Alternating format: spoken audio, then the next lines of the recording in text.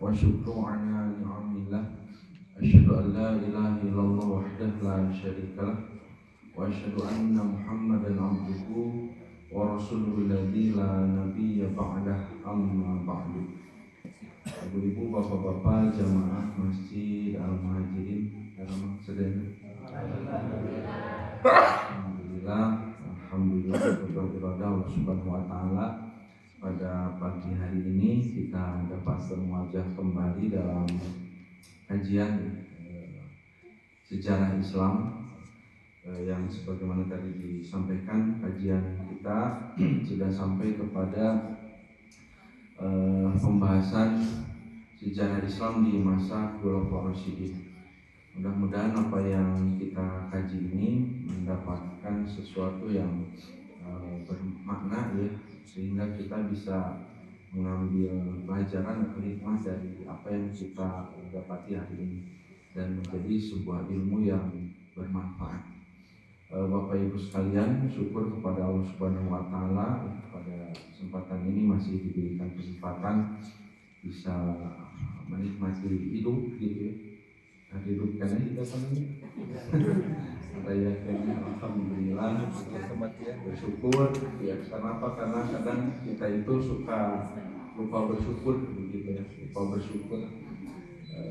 Kenapa? Karena yang banyak kita sebut ya dari lisan kita biasanya adalah keluhan, kesulitan. Aduh, menuju gaduh atau ini juga raduh ya. Karena mereka orang di rumahnya sedang kesulitan kita sebutkan, tetapi kalau kenikmatan jarang disebut. Dari Al-Quran Allah Subhanahu wa taala berfirman, "A'udzubillahi minasyaitonir rajim. Fa amma bi nikmati rabbika fahadits." Maka terhadap nikmat yang Tuhan berikan begitu, fahadits, sebutkan. Jadi hari menangkap bunga cara disebutkan ayah pepe jempainya gitu kan. Tapi menaya kasusah disebut-sebut baik gitu kan. Kebalik kan. Padahal kenikmatan yang harus banyak disebut-sebut.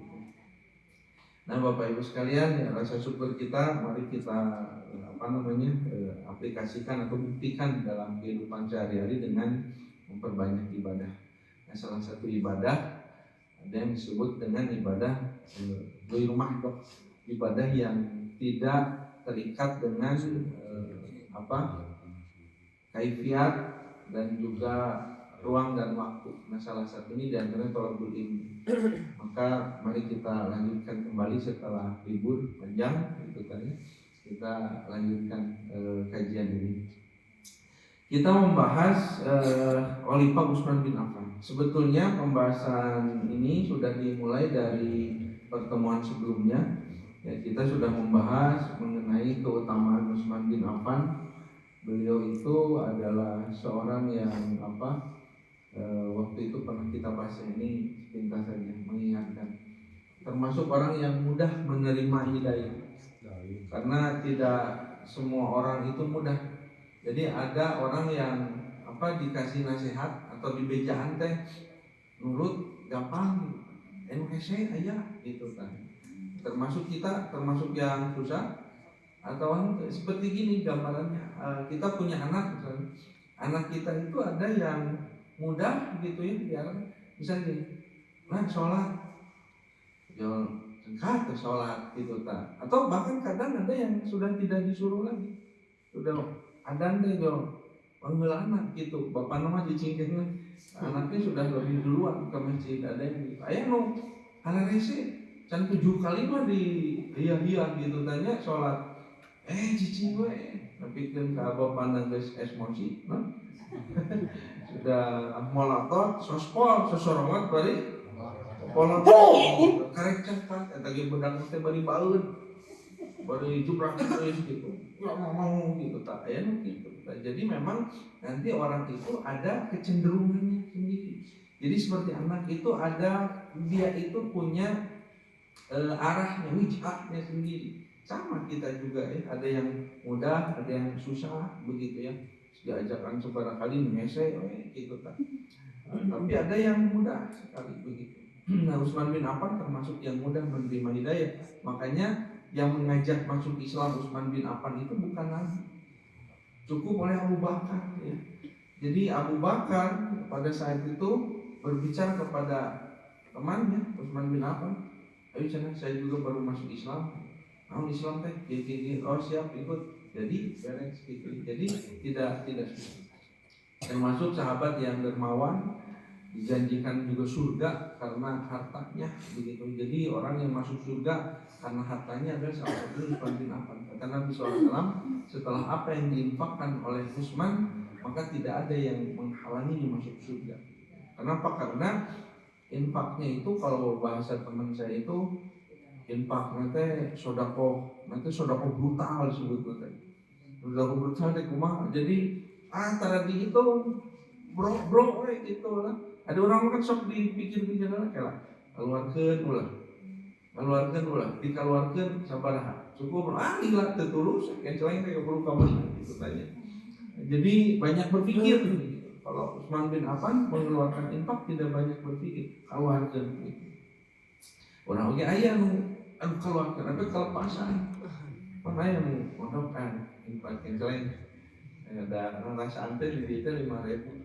Hari pas dia suka, belum masuk kagok asuh kumaha pulangan ke DKM angsulan abdi tadi kan niat nama 5.000 kalau tekin 100.000 dan mungkin angsulan itu kan dari itu piraku. Jadi sok kayak ibadah teh kelepasan, ibadah kelepasan ternyata contohnya ibadah kelepasan. Nah itu ya Bapak Ibu, ini beberapa keutamaan Utsman bin Affan. Nah kita itu sudah bahas itu ya. Nah mana tanda-tandanya? Nah ini Utsman bin Affan Al-Muhajirin ya. Nah masuknya ke sini. Nah Bapak Ibu sekalian, di antara kebijakan Utsman bin Affan ketika beliau diangkat menjadi khalifah, beliau itu ketika menjadi khalifah nanti ini saya sampaikan dulu ya. Jadi nah ini mengalami beliau itu menjadi khalifah itu 12 tahun. Ini khalifah yang memimpin paling lama di antara pulau Rasyidin yang lain. Abu Bakar itu masih ingat berapa tahun?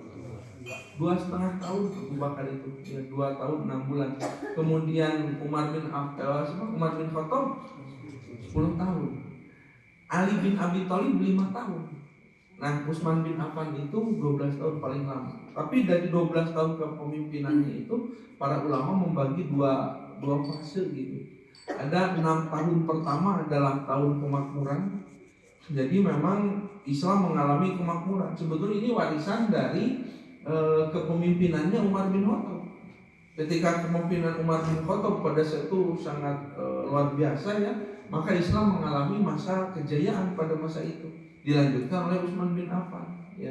Nah tapi 6 tahun berikutnya itu adalah tahun fitnah, di mana bertubi-tubi begitu ya Utsman bin Affan mengalami ujian sampai pada akhirnya nanti menyebabkan gugurnya Utsman bin Affan dengan cara dibunuh secara membabi buta ya, oleh orang-orang Khawarij pada saat itu, yang sampai ya akhir kekhalifahan Khulafaur Rasyidin, bahkan Muawiyah setelah memimpin Daulah Umayyah itu tidak pernah menemukan siapa yang membunuh Utsman bin Affan. Kalau yang membunuh Umar bin Khattab memang ketahuan langsung. Ya, ketika Umar memimpin sholat kemudian ditikam dari belakang dengan pisau belati yang beracun, nah orangnya kemudian tertangkap di hari itu juga karena orang-orang membatalkan sholatnya ya, lalu mengejar orang itu Abu Lulu'ah, dan Abu Lulu'ah membabi buta sampai akhirnya dia sendiri bunuh diri begitu. Abu Lulu'ah ketahuan ya, Fairuz itu orang Persia yang membunuh Umar bin Khattab. Nah tapi yang membunuh Utsman bin Affan itu tidak pernah ditemukan. Kenapa? Karena beliau itu gugur dalam keadaan rumahnya didatangi oleh demonstran yang sangat banyak. Yang masuk ke rumah Utsman bin Affan pada saat itu banyak. Ada yang menginjak badannya, ada yang menusuknya, ada yang menikamnya, ada yang mencabik-cabik dan sebagainya, sampai tidak diketahui siapa orang-orangnya itu. Hanya memang jelas kumpulan orangnya ada orang-orang yang nanti masuk kategori khawarij begitu, yang nanti diupayakan ditangkap tetapi tidak berhasil ditangkap. Nah, jadi memang masa fitnah yang dialami oleh Utsman bin Affan luar biasa selama 6 tahun berturut-turut. Nah, Bapak Ibu dalam hal kebijakan Utsman bin Affan nanti ada kebijakan di bidang pemerintahan. Beliau mengganti para gubernur yang pernah diangkat oleh Umar bin Khattab, tetapi di sini menjadi kontroversi. Kontroversinya apa? Utsman bin Affan banyak mengangkat pejabat atau gubernur dari kalangan keluarga dekatnya begitu, sehingga disebut kalau bahasa kita mah nepotisme begitu ya, lebih banyak mengangkat dari keluarganya. Sebetulnya bukan tanpa pertimbangan, bukan karena ini kedekatan keluarga, tapi memang banyak ya dari keturunan keluarga besar gitu ya. Utsman bin Affan itu memang orang-orang hebat, orang-orang yang pakar di bidangnya. Maka Utsman bin Affan tapi padahal mereka adalah bagian dari keluarga kerabat dekatnya Utsman bin Affan. Maka muncul tuduhan kepada Utsman bin Affan melakukan nepotisme. Ada orang makanya gitu, karena jangan naonan ada dulur gitu. Ini memang karena memiliki kapasitas dan kapabilitas. Perluasan wilayah dakwah Utsman bin Affan sampai wilayah Asia Tengah ya, di wilayah Armenia, Azerbaijan, Khorasan itu adalah daerah yang nanti sampai hampir menembus wilayah Pakistan atau India begitu sebelum. Nah, wilayah Afrika Utara di Tunisia begitu ya. Nanti saya gambarkan kembali luas wilayah Islam pada saat itu. Di bidang militer nanti ini ada armada laut pertama yang ada di dalam Islam. Nanti saya akan bahas lagi nanti armada laut pertama yang pernah dibisyarahkan oleh Nabi, diberitakan oleh Nabi dalam mimpi ya. Suatu saat Nabi bermimpi ya, aku melihat pasukanku berada di tengah lautan ya, naik dengan kapal-kapal yang besar begitu ya. Nanti Nabi sampaikan di mimpinya. Dari segi ekonomi, beliau membangun banyak infrastruktur pada saat itu, termasuk pembangunan bendungan, jalan, jembatan dan sebagainya. Itu sangat pesat di masa Utsman bin Affan. Nah, kita akan bahas dulu yang kelima, yang terakhir ya. Di dalam hal peribadatan. Di masa Utsman bin Affan terjadi perluasan Masjid Nabawi yang sangat luas pada saat itu, yang tidak terjadi di masa Abu Bakar dan di masa Umar bin Khattab. Umar bin Khattab melakukan perluasan hanya sedikit. Di masa Utsman diperluas. Kenapa? Karena manusia sudah sangat banyak pada saat itu. Jadi begini ya, prinsip memperluas masjid itu adalah ketika jamaah masjid semakin banyak. Jadi orang masjid terus digedean dari jamaahnya eta keneh gitu, menjadi lega masjidnya. Tapi sok jadi sempit teh eta lamun Ramadan. Aduh cenah ieu sempit, kudu digedean. Tapi pan di ditu pada kaem cenah ieu masjid kedah dilegaan deui. Ieu pami tarawehan pan begitu ka jalan gitu kan, kedah dilegaan deui. Ecek dek kami teu kudu kayak geus 5 poe ge cenah cukup deui. Nya bener cukup deui. Jadi legaannya percuma mencapai 5 hari begitu. Nah, jadi sesuai kebutuhan. Nah, Bapak Ibu kemudian penyusunan mushaf Al-Qur'an ya, mushaf Al-Qur'an. Nah, berkaitan dengan ini saya coba akan bahas dulu ya secara khusus. Begini Bapak Ibu, penyusunan Al-Qur'an itu gini. Ini sejarahnya dulu, sejarah kodifikasi Al-Qur'an. Gini, di masa Rasulullah SAW ya, Al-Qur'an itu tidak pernah ya dibukukan atau dimushafkan seperti di masa Utsman bin Affan, atau kita punya mushaf di sana banyak mushaf. Tidak pernah Nabi, bahkan Nabi pun tidak memerintahkan itu. Kenapa? Al-Qur'an itu diturunkan oleh malaikat Jibril kepada Nabi SAW sebagai kalamullah. Nah, nanti ada perdebatan luar biasa sampai terjadi banyak pembunuhan dan penangkapan terhadap ulama ya, terkait dengan status Al-Quran di masa Daulah Abbasiyah nanti. Termasuk Imam Ahmad ya, Imam Ahmad bin Hambal, beliau termasuk yang dipenjara dan disiksa karena ini. Kenapa? Berbeda pendapat dengan pemahaman khalifah ya, Khalifah Al-Makmun begitu ya, putranya Harun Ar-Rasyid begitu ya. Dia berpemahaman dengan ajaran yang diajarkan oleh orang aliran sesat pada saat itu, bahwa Al-Quran itu jadi begini, kita itu berbicara cuma dua, ada khalik, ada makhluk, ada yang menciptakan, ada yang diciptakan, kan begitu. Yang menciptakan itu Allah, khalik itu makhluk, itu berarti apa yang diciptakan. Nah pertanyaannya, kalau Al-Quran itu khalik atau makhluk? Khalik atau makhluk? Nah diberikan pertanyaan ini. Karena bukan khalik, bukan pencipta, berarti Al-Quran itu adalah makhluk. Nah itu tidak sesuai dengan kaidah pemahaman bahwa Al-Quran itu adalah bukan makhluk. Al-Quran itu adalah kalamullah. Nah terjadi pada saat itu perdebatan sampai para ulama yang menyebutkan bahwa Al-Quran itu bukan makhluk ditangkap begitu, termasuk Imam Ahmad begitu. Nah jadi nanti ada sejarah panjang tentang Al-Quran, termasuk Al-Quran yang kita dapati saat ini Bapak Ibu, itu tidak pernah ada di zaman Nabi SAW secara tulisan utuh begitu ya. Dan bagaimana sejarahnya? Jadi gini, di masa Nabi SAW apabila turun ayat kepada Nabi, maka dicukupkan oleh Allah Subhanahu wa Ta'ala kepada Nabi untuk diam, bahwa kata Allah Subhanahu wa Ta'ala dalam Al-Quran, nanti kami akan menyimpannya di dalam dada. Makanya kalau turun ayat Quran, Nabi biasanya suka begini. Kalau malaikat Jibril membaca, Nabi ikut membaca, kutak-ketak gitu ya, bismillahirrahmanirrahim, ditutupkan, diam kata Allah. Menurut malaikat Jibril, diam saja, nanti juga akan disimpan di dalam dada sampai nanti hafal. Setelah begitu kemudian disampaikan kepada para sahabat dengan dibacakan. Lalu kemudian para sahabat menyimak dan menghafalkan. Dan pada saat itu ya, orang-orang terbiasa dengan yang namanya menghafal ya, daripada menulis.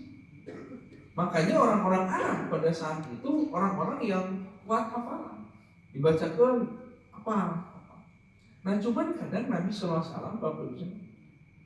di satu waktu membacakan ayat Al-Quran, ayat yang sama, surat dan ayat yang sama dibacakan kepada ulang.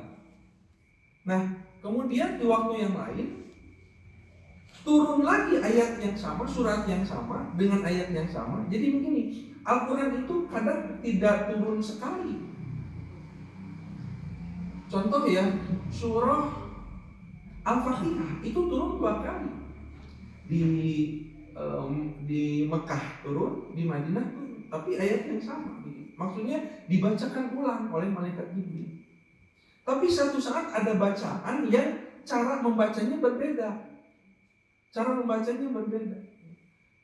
misalnya di dalam satu ayat misalnya dibacakan di ujungnya itu alaihum, Nabi membaca alaihim di sahabat yang lain.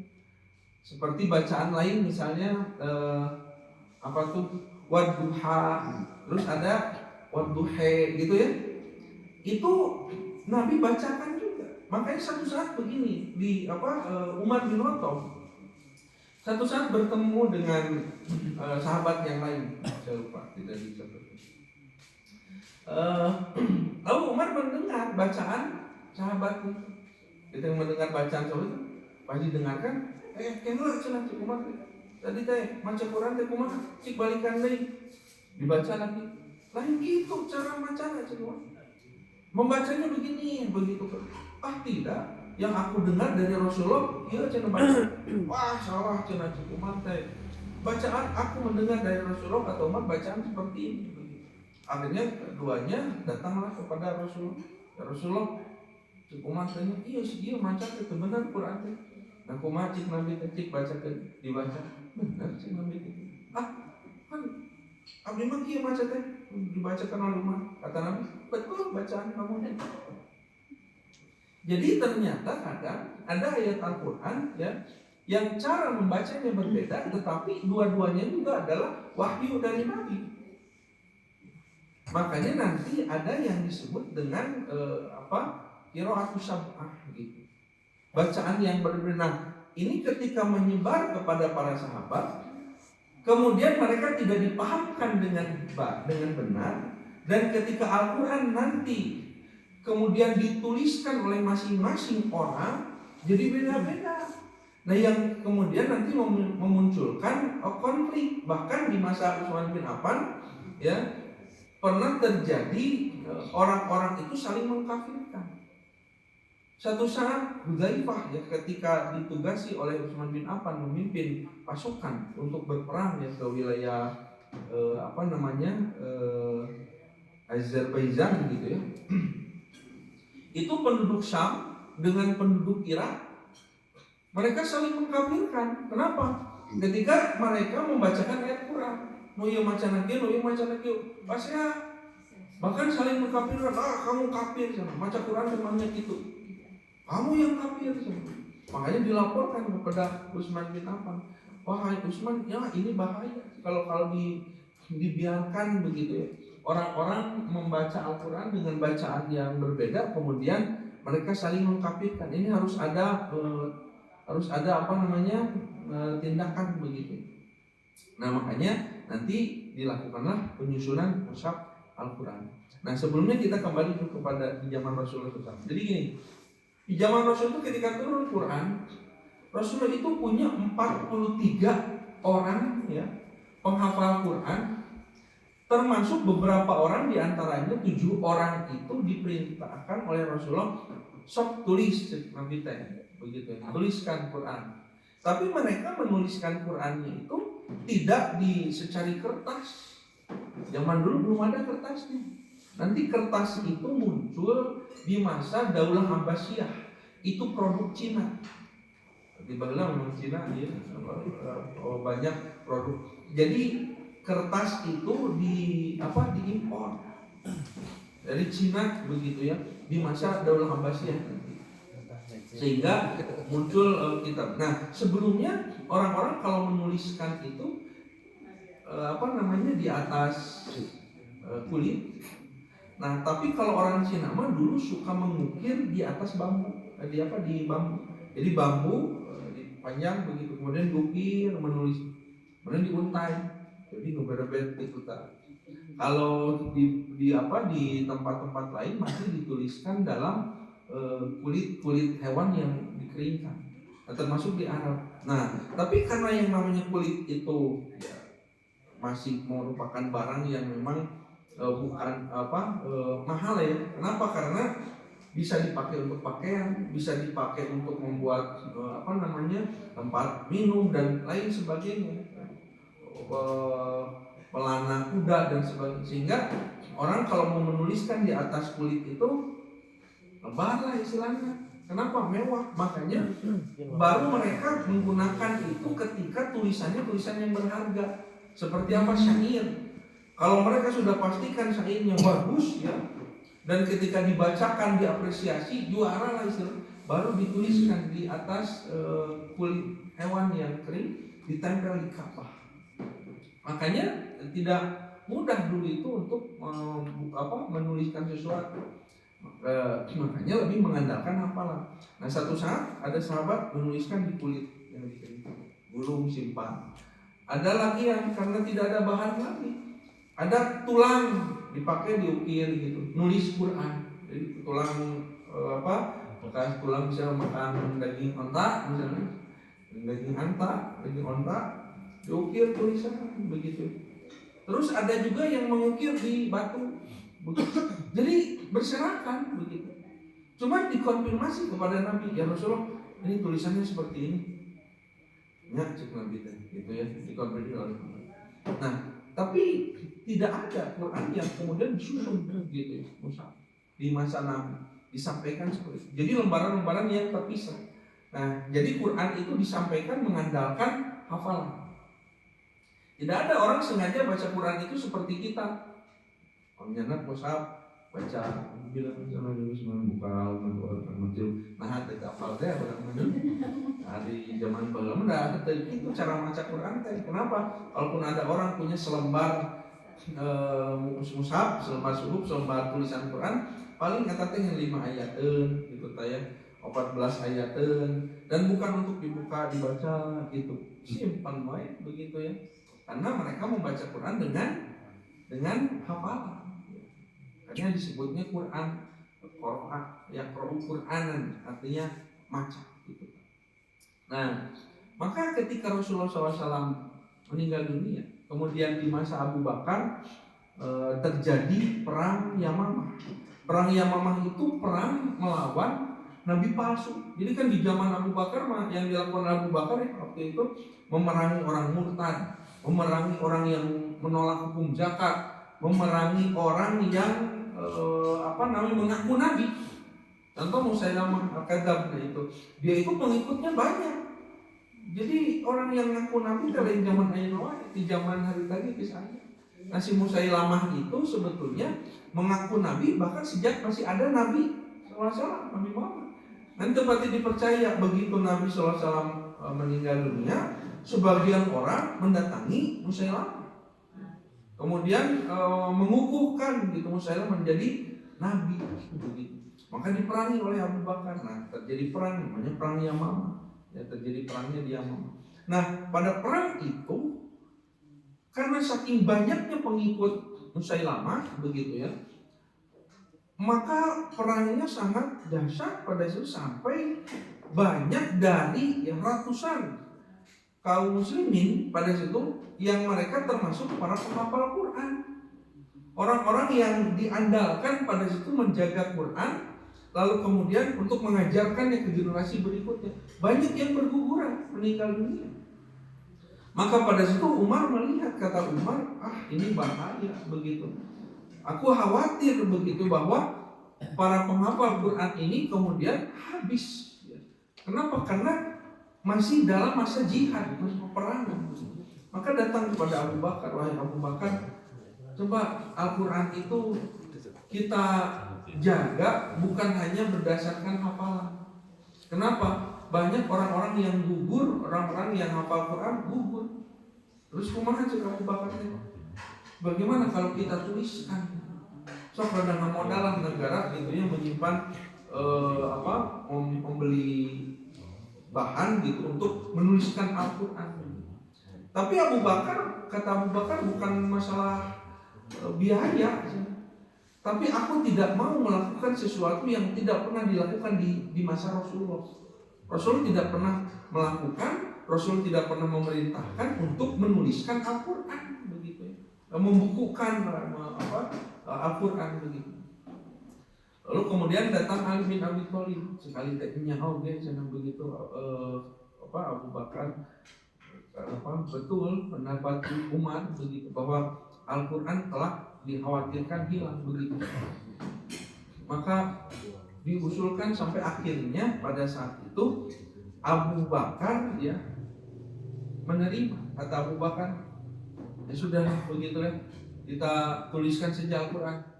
Tetapi Al-Quran ini tidak akan dituliskan kecuali berkumpul orang-orang yang memang pada saat itu pernah menghadap kepada Rasulullah SAW, menyetorkan langsung hafalan Quran mereka.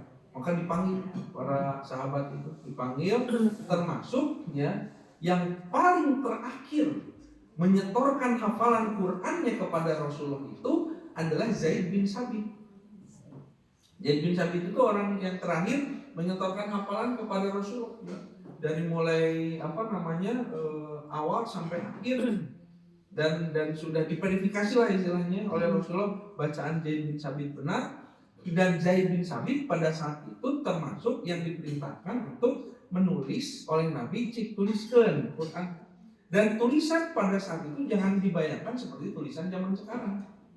Tulisan Quran zaman dulu itu Bapak Ibu sekalian ya ditulis bahkan orangnya ciki kabaca tuh. Jadi tulisan, makanya sebetulnya ya dulu di tulisan Quran itu tidak ada yang bentuknya melingkar begitu ya. Semua bentuknya itu garis. Makanya kenapa disebut khot ya.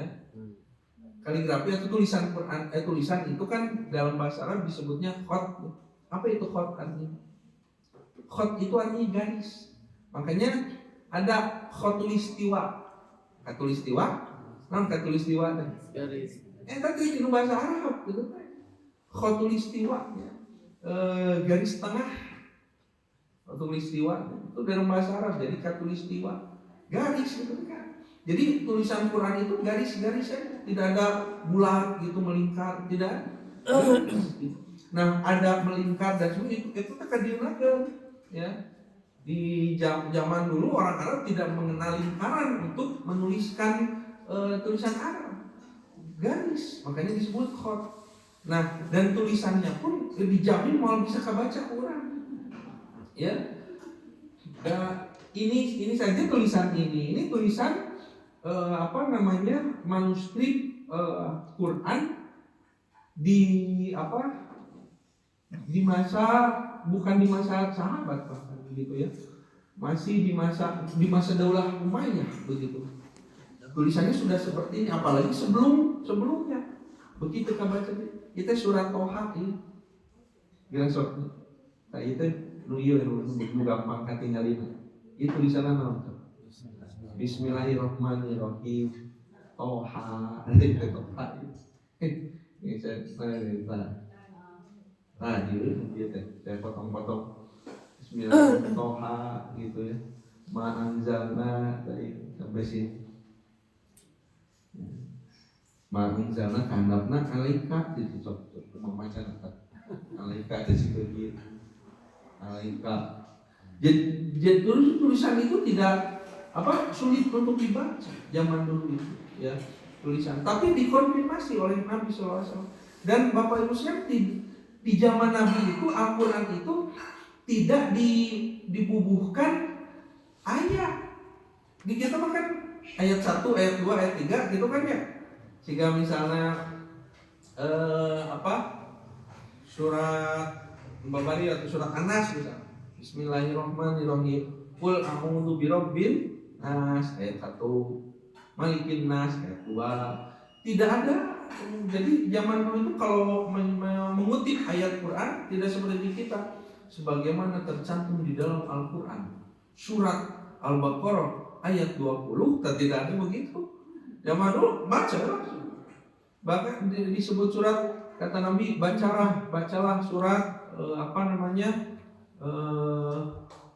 surat Qul a'udzu birabbin nas, Al-Mu'awwidzat disebutnya itu. Tapi tidak ada pencantuman ayat, apalagi juz.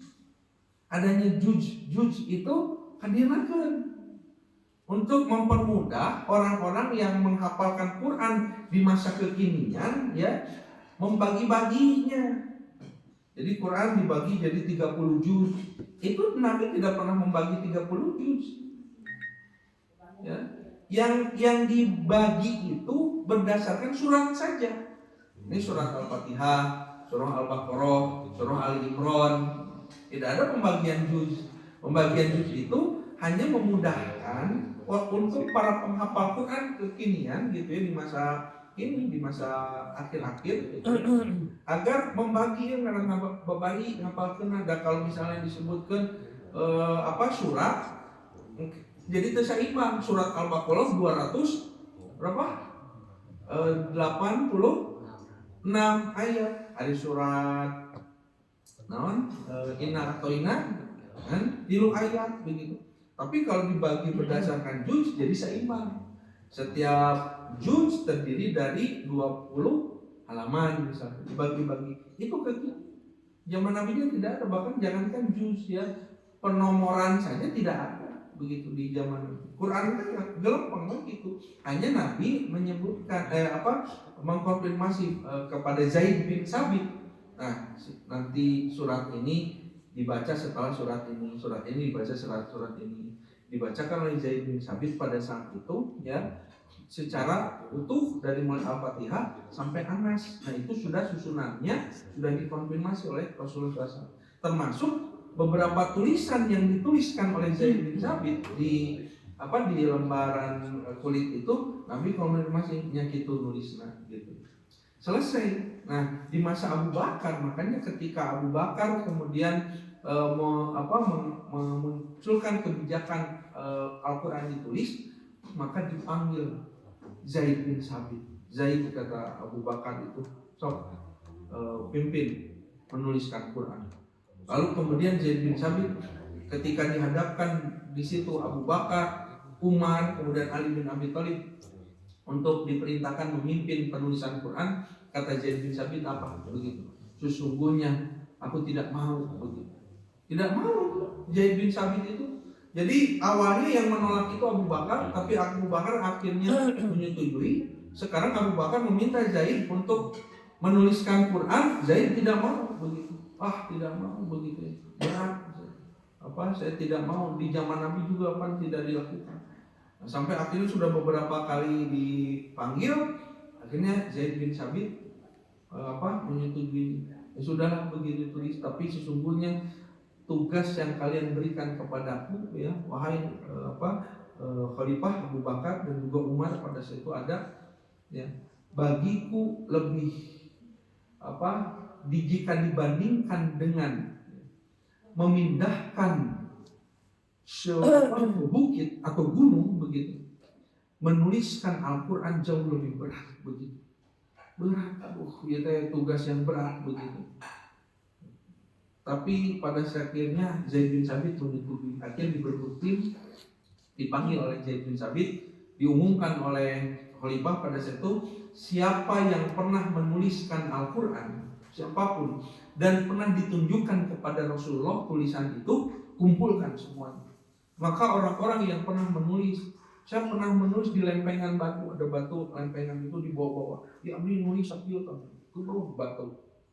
Abi menulis di Nabi pernah melihat tulisan ini diperlihatkan. Saya menulis di sepotong tulang di bawah, dikumpulkan karena itu begitu. Lalu kemudian akhirnya ditulislah ya oleh Zaid bin Sabit pada situ.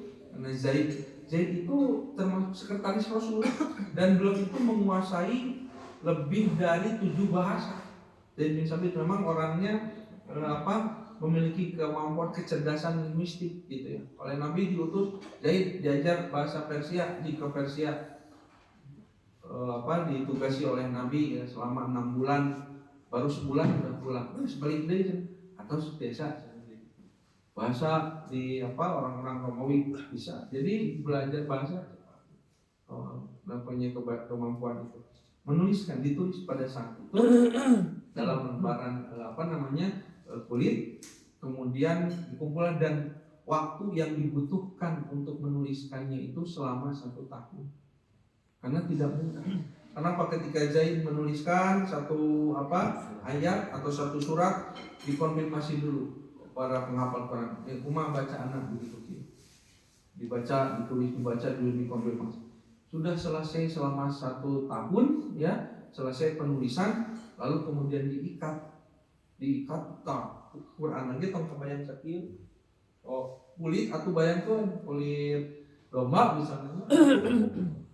Tulisan Al-Quran dan itu tulisannya ringkas-ringkas gitu. Diikat kemudian disimpan di rumah Abu Bakar. Nah ini dijadikan rujukan. Nggak menyebarkan Quran ku hafalan lagi, bacaan lagi. Ini Quran bukan untuk dibaca, tapi mushaf Quran itu untuk disimpan. Apabila ada yang salah baca, balikkan dia merujuknya ke sini, disimpan. Sampai akhirnya Abu Bakar meninggal dunia. Setelah Abu Bakar wafat, maka mushaf Quran ini disimpan di rumah Umar. Ketika Umar bin Khattab wafat, maka sebelumnya Umar bin Khattab sampaikan amanahkan kepada putrinya, yaitu Hafsah. Hafsah itu kan istri Nabi, putri Umar. Kata Umar, Hafsah dia panyimpan warisan di masa Abu Bakar, yaitu mushaf Quran disimpan di rumah Hafsah.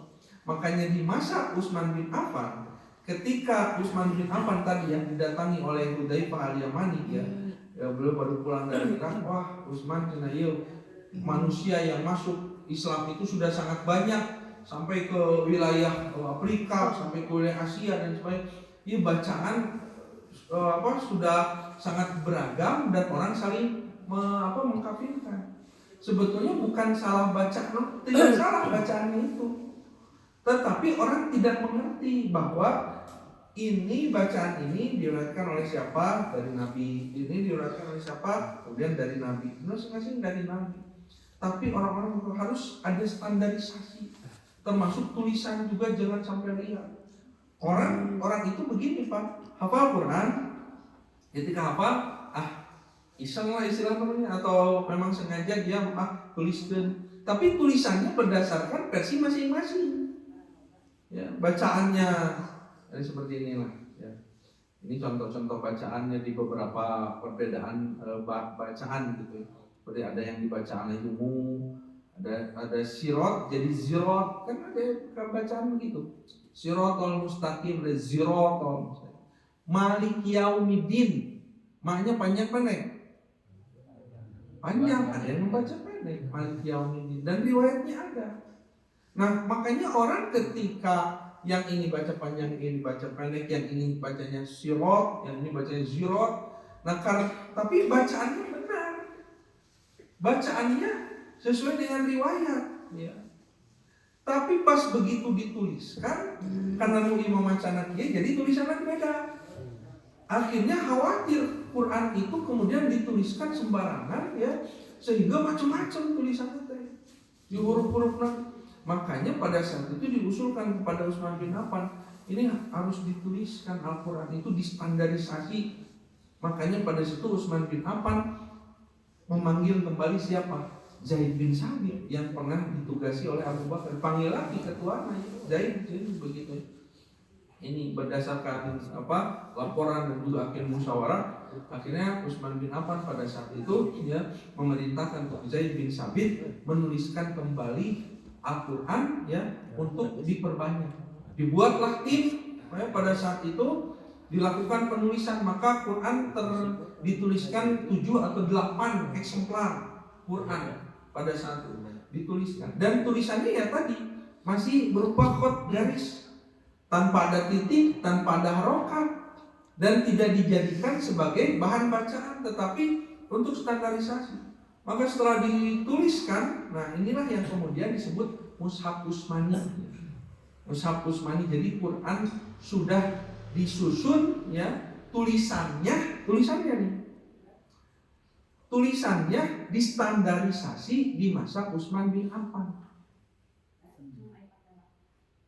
Jadi tulisannya bukan bacaannya.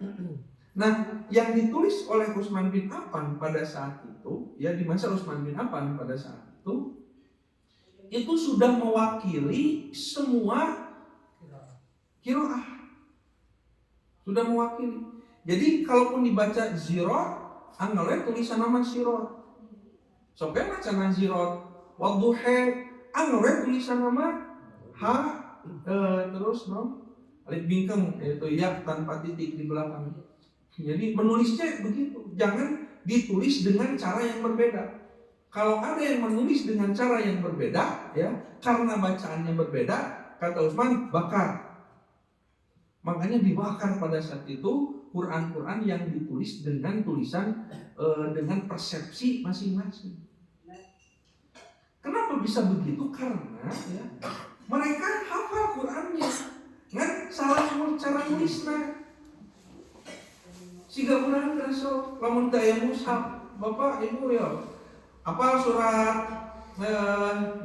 atau ina lah tulis di kertas atau kawa kaeta Al-Fatihah sok mendi mun aya kertasnya bagikan. Makanya nanti satu saat ada semacam workshop menulis Quran lah gitu ya. Sok bagikan kertas, tulis Al-Fatihah bahasa Arab tulisnya. Ya. Mungkin ya. Ya salah nulisnya teh. Alhamdulillahirabbil alamin nulis aku mah.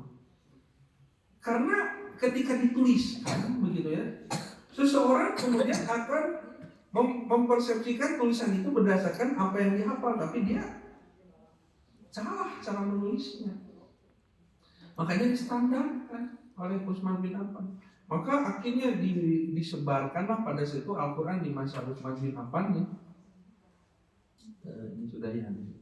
Disebarkan ke wilayah-wilayah ya.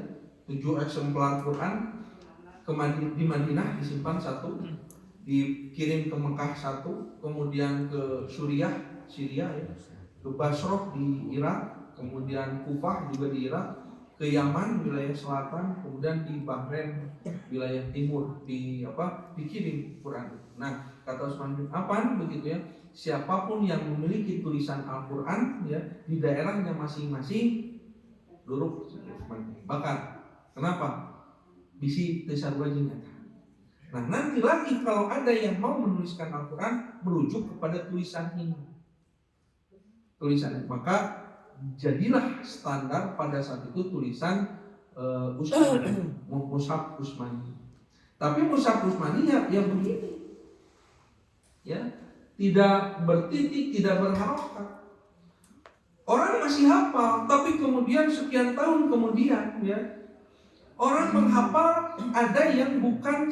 Jadi gini Bapak Ibu, yang namanya menghafal Al-Quran itu talaki. Jadi tasmi ya. Dibacakan, diikuti begitu. Gurunya membaca, muridnya mengikuti bacaan itu, menghafalkan berdasarkan apa yang didengar dari guru begitu. Nah, tapi kemudian terus ketika Al-Quran itu diperbanyak, maka mulai ada metode menghafal Quran itu bukan dengan mendengar, tetapi membaca dari tulisan. Ketika membaca dari tulisan, ada orang bingung. Ya macana kumaha, itu dibacana ba, ta, atau sa. Udah titikan. Kan ba bentuknya itu, ta bentuknya itu, sa bentuknya itu. Macana naon ieu? Eta titikan Bapak Ibu. Kita membaca ba karena tahu huruf itu bentuknya seperti apa. Jika perahu, terus titik, di mana titiknya? Sabar hiji itu. Makanya pada saat itu orang bingung. Maka di masa Umar bin Khattab juga pernah, Umar bin Khattab itu memanggil seorang sahabat ya, namanya Abul Aswad Ad-Duali ya. Beliau itu dipanggil, cik cenah bahasa Arab teh bikinkan komposisinya begitu, bikinkan sebuah jadikan disiplin ilmu lah begitu ya. Jadi secara gramatika disusun begitu bahasa Arab itu. Untuk apa? Untuk mempermudah orang memahami Quran. Tapi tidak dilakukan.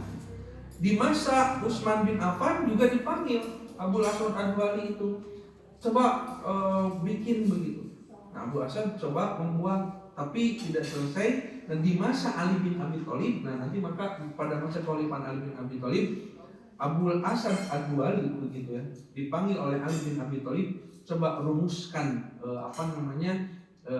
gramatika ya bahasa Arab.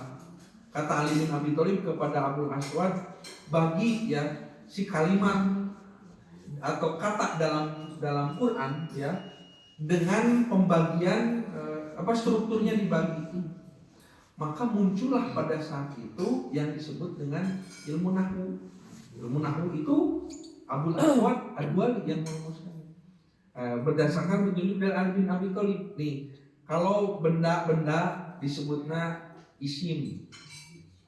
Kalau kata kerja disebutnya fi'il. Ya. Ada kata yang tidak termasuk kata benda, kata kerja, ya, yang merupakan kata untuk menyambung disebut kata sambung disebutnya isim, fi'il, huruf disebutnya huruf. Nah makanya Bapak Ibu dalam bahasa Arab begini, kalau dalam tulisan kita ya disebutnya satu kata misalnya membaca. Ya.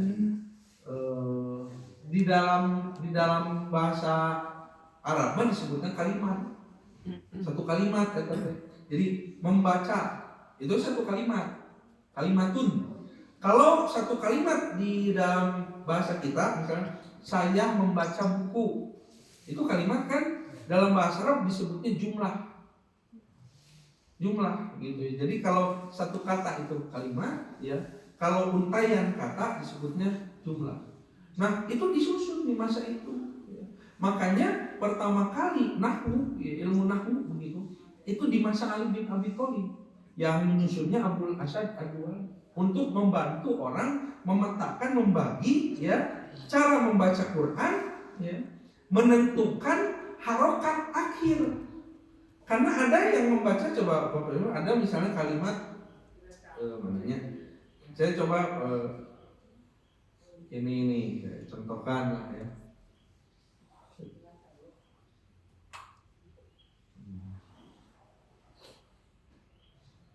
Ini Bapak Ibu sekalian,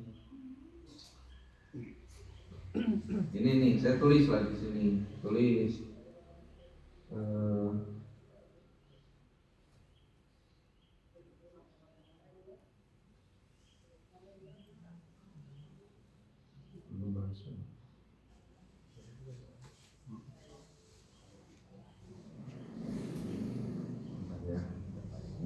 contoh.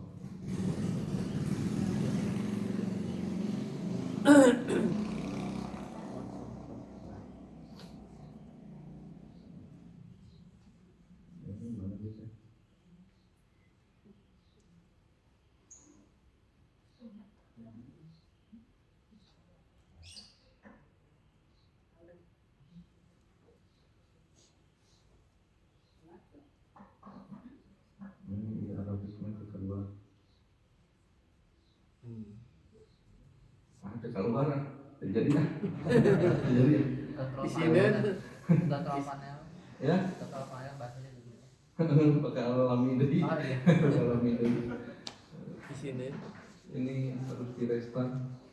Nah ini ieu lah teh ieu contoh kata ieu. Nah tiki baca itu di harokatan di harokatan ieu pangmacakeun ieu Anas si Satsu nah beci karena itu diciptakan nanti alajan bahasa Arab apa namanya ada kan kio misalnya ya anasi si Satsu san sin sun. Kalau tidak ada ini, nah ini dihapus ya. Jadi anasin anasin tadi nama anasun, kamu leungitkeun ya tah leungitkeun ieu teh anasun, tapi karena ada jadi anasin, tapi karena disambung juga mudhof ya, jadi mudhof bilang ada Ibnu Malik ya, jadi anasi bukan sin. Anasi sin ni nahnu nah betni ya, dia mengikuti ini sin si ya. Maliki maliku malika malikan malikun malikin malikin. Kenapa malikin? Jadi mudhof ilaih, itulah istilah namanya. Jadi mudhof malikin dan bukan maliki, kudu tanwin. Kenapa? Karena tidak jadi mudhof. Ya. Terus ya naon? Rodia lahu loha lohi. Rodia lahu ini ada minum dibaca. Rodia lahu. Nah, ana nabiya nabiyu. Mimiti beda itu dia. Anna nabiya, anna nabiyyi, anna nabiyyu. Nabit nabiyyu. Jadi nanti Bapak Ibu yang pokok dalam bacaan itu ya dibaca domah. Tapi ketika ya struktur kalimatnya ada imbuhan yang lain bisa berubah jadi ya. Contoh ya misal ini anna nabiyya bukan anna nabiyyu. Kenapa? Karena ada anna. Anna itu adalah huruf nasab ya, yang menasabkan huruf tadinya marfu jadi mansub. Tapi kalau bukan an, bukan pakai hamzah tapi pakai ain, nah seperti yang di sini. Jadi ana nabi, bukan ana nabiya, bukan ana nabi. Tak itu bahasa Arab teh. Jadi bakal rudet tadi ajarna, apa yang belum tadi ajar. Cara macamnya bakal jadi salah. Nah makanya orang-orang Arab sekarang kalau mereka berbicara ya, mereka bahasa pasar, bukan bahasa nahu. Guru saya begitu ya, guru bahasa Arab begitu. Datang ke Arab ya waktu beliau ibadah haji. Ketika berbicara dengan orang Arab, beliau pakai bahasa sesuai dengan yang dipelajari, pakai ilmu nahwu. Jadi harokat akhirnya itu dicantumkan. Orang Arab gogodan, wah fasih, fusoha. Ini mah bahasa halus teuing cenah kitu. Ulah pakai bahasa nu kieu cenah. Ini bahasa Quran. Da bahasa mereka bahasa Arab, bahasa peubelit geus ancur gitu ya. Bahasa pasar siga ulah siga ayeuna misalnya Bapak Ibu, seperti saya lah. Ngobrol bahasa Sunda geus ka mana karep gitu tah bahasa. Ayo orang Belanda ya waktu itu ada di RRI bicara pakai bahasa Sunda, eulah eta mah teu kaharti. Nah teu kaharti alus teuing. Jadi dia menggunakan undak tusuk bahasa gitu ya, bahasa Sunda gitu. Meni lemas, meni alus gitu tah si bahasa teh. Nah orang Sunda teu bisa heuh. Jadi memang begitu bahasa. Nah ini mulai muncul ilmu seperti ini di masa itu. Nah tapi kemudian itu aduh tuh saya waktu sebenarnya menit saya belum teis mau gitu teh. Mana tadi ya? Ini leungit tadi. Ini Bapak Ibu sekalian tulisan mana tadi kalau ini ngajeng tadi. Mulai muncul titik ya pada saat itu adalah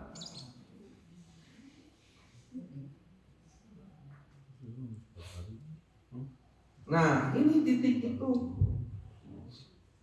Jadi tintanya digunakan warna yang berbeda, bukan tinta hitam. Titik itu tinta merah, tapi titik itu bukan menunjukkan huruf tapi harokat. Jadi kalau titiknya di atas, nah titik di atas itu fathah, ya harokat. Nah ini teh saat bisa dibaca. Tapi kalau titiknya di bawah, nah ini, ya teh kasroh. Kalau titiknya di depan, itu adalah domah. Contoh ini di depan ini domah. Soki kumaha macana dari selieur dia. Jadi tidak bisa membedakan ba, ta gitu ya, da dengan za, ro dengan za, dengan zai gitu ya. Karena titik itu untuk menandakan harokat. Pada saat itu ada ketika di masa Muawiyah gitu ya, diutus seseorang ya untuk membacakan Quran, pun dibaca di depan Muawiyah, kata Muawiyah, nah maca teh salah, harusnya dibaca ro, kenapa dibaca ri begitu ya? Aduh saya bingung senang begitu. Maka akhirnya pada saat itu diberikan imbuhan titik-titik itu untuk membedakan harokat, fathah, kasroh, domah begitu. Masih kemudian zaman terus berkembang lagi, orang-orang semakin sulit lagi mempelajari. Maka mulailah pada saat itu ya dimunculkan harokat, titik sebagai pembeda pembeda huruf dan harokat untuk membedakan pembacaan begitu ya. Di tahun ke-90 Hijrah. Jadi saya akan munculkan lagi khusus pembahasannya pada saat di masa Daulah Umayyah. Kapan atau yang memulainya adalah Nasr bin Asim. Nasr bin Asim beliau mulai memunculkan titik sebagai pembeda huruf, yaitu di masa Khalifah Abdul Malik bin Marwan. Nanti muncul Al-Quran itu sudah berharokat dan bertitik begitu. Sudah mulai dimunculkan begitu untuk mempermudah itu di tahun ke-90 Hijrah. Nah, jadi ternyata Al-Quran yang kita dapati saat ini mengalami perkembangan yang berproses begitu. Jadi tidak di zaman nabinya siga gitu begitu. Di zaman Nabi nama yang pokok itu bacaan, tapi kemudian dituliskan. Nah, dituliskan dengan huruf, kemudian titik, harokat yang mengalami proses sejarah yang panjang sampai akhirnya di kitab muncul nanti kaidah cara membaca dan sebagainya begitu ya. Al-Quran yang sampai kepada kita bahkan sekarang begitu Al-Quran sudah diwarnaan hurufna aja namanya. Nu ieu cenah macana teh kudu panjang, ieu kono warna ini gunah, warna ini dibaca jelas dan sebagainya gitu. Kadienakeun deui mah aya nanti Al-Qur'an teh bisa maca sorangan gitu. Jadi ayat Quran yang waktu itu pernah awal muncul enak istepati payu. Quran dibuka teu kudu dibaca, aya pulpenan. Si pulpen ditekan karena Quran disada gitu nya mahal di Quran kan ayeuna mah geus henteu dinu HP disarada sorangan gitu tanya maca kalau gitu. Saya waktu itikaf kemarin Ramadan aya bapak-bapak aki-aki kolot gitu maca Quran nanti gitu. Jadi maca Quran bergerak si warna nanti gitu jeung aya sorangan itu si bapaknya tidak dibaca Quran itu. Allah alam saya tidak bertanya mungkin belum bisa baca Quran meureun gitu tanya. Jadi maca Quran itu gitu teu maca gitu di ngaregepkeun si tulisan Quran gitu maju gitu ta saya nu macakeun ku Syekh di HP gitu. Tamat khatam itikaf. Itikaf tamat tetep baca kan gitu ya perhatikan gitu. Nya sakitu ge geus uyuhan atuh nya. Gitu. Nah itu Bapak Sen karena waktu kita sudah habis ya. Jadi sejarah panjang penulisan Al-Qur'an termasuk manuskripnya dan sebagainya memang menjadi sebuah kajian khusus ya nanti bagaimana Al-Qur'an itu dituliskan gitu. Tidak langsung seperti ini di zaman Rasul. Mulai muncul dituliskan di kertas, apalagi itu sudah lebih dari 100 Hijriah lebih begitu ya. Ketika ditemukannya kertas di Cina, lalu kemudian orang-orang di Baghdad dulu mulai menulis Quran, kemudian menerjemah buku-buku yang ada itu di masa itu. Jadi sangat panjang sekali sejarahnya. Nah, insya Allah nanti ini juga akan nyambung lagi pada pembahasan di masa sejarah berikutnya, gitu ya. Bagaimana fasenya, siapa orang-orang yang berperan di dalam menuliskan Al-Quran ini, begitu ya. Dan Al-Quran yang dibaca oleh Bapak Ibu mushaf itu tulisan tangan. Itu juga kita akan baca nanti siapa yang menulisnya dan sebagainya, bukan tina komputer ya, tulisan tangan, tapi kemudian dicetak. Gitu. Ya demikian dulu yang bisa disampaikan ya. Insya Allah nanti kita bahas kembali lanjutan dari kajian ini. Mudah-mudahan menjadi sesuatu yang bermanfaat. Demikian Bapak Ibu sekalian, kurang dan lebihnya kita tutup, kita akhiri. Aku lupa hadza astagfirullah li wa lakum. Wassalamualaikum warahmatullahi wabarakatuh.